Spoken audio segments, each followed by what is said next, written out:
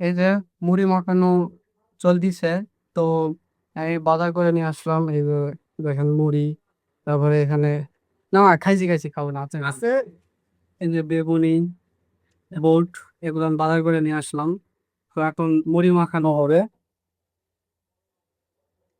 আমার মূলত বাজার চলতিছে, সে কারণে আমার বাজার থেকে কালকে একটু মুড়ি পাঠি। কালকে পরিপাটি নরম।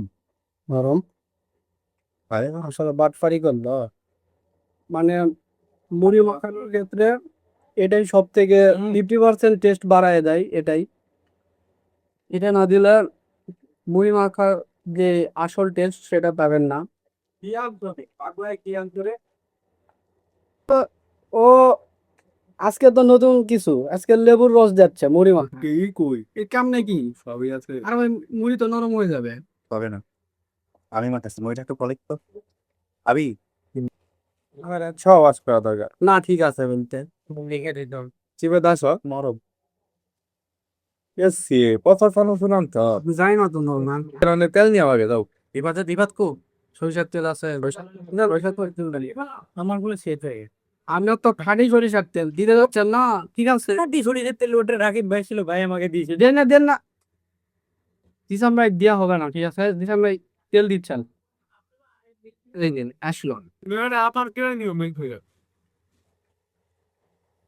এই যে খাটুন মারা তো দিন দিবে।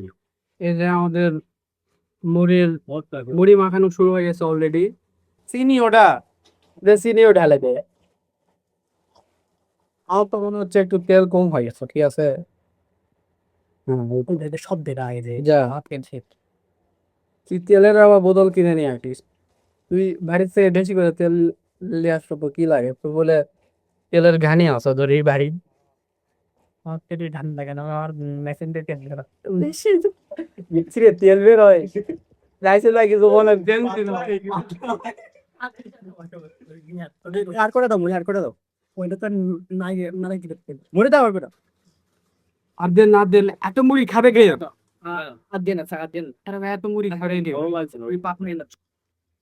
তাহলে করে মুড়ি মিয়াদ দেয় বেশি লাফালাফি করছে তো মুড়ি খাইন সব শেষ করে। ঠিক আছে, আমি কইলাম যে মজা লাগবো না বেশি দিলে মেয়ে